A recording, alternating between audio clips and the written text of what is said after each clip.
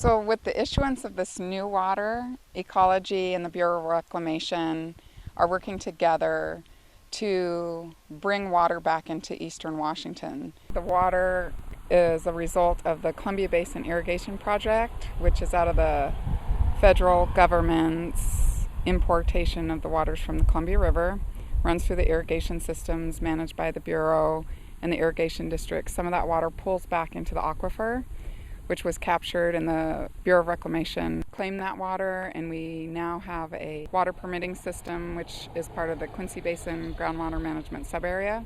We're able to issue new well water authorizations as a result of that. The project's been around for decades and decades. Over all that time, the water built up in the ground. There wouldn't be any water here if it wasn't for that, and now we can issue all these groundwater permits based on that artificial water. Over the last 4 or 5 years, we've cleaned up the Quincy Basin water permitting process, and we've cleaned up the old paperwork, and now we've been able to issue probably 100 or more new permits to farmers and businesses out in this area. Well, it's increased the value of the property for me. This year we've spent over $5,000 just on the piece to the left of us. It's also increased the value in the sense that before we could run one animal unit per 100 acres. Now I'm running on the irrigated property here with maybe fertilizer and some other production. You can run up to 3. The other thing it's done, this land here, I would have got no income from it, or no income stream would have gone to the town or anybody else here, but now I'm pulling somewhere around $1,200 an acre off in that. So it's increased what we're paying out through the community as far as that goes too. Well, it's going to provide us the opportunity to supply a new reverse osmosis water purification plant for industrial development in the area.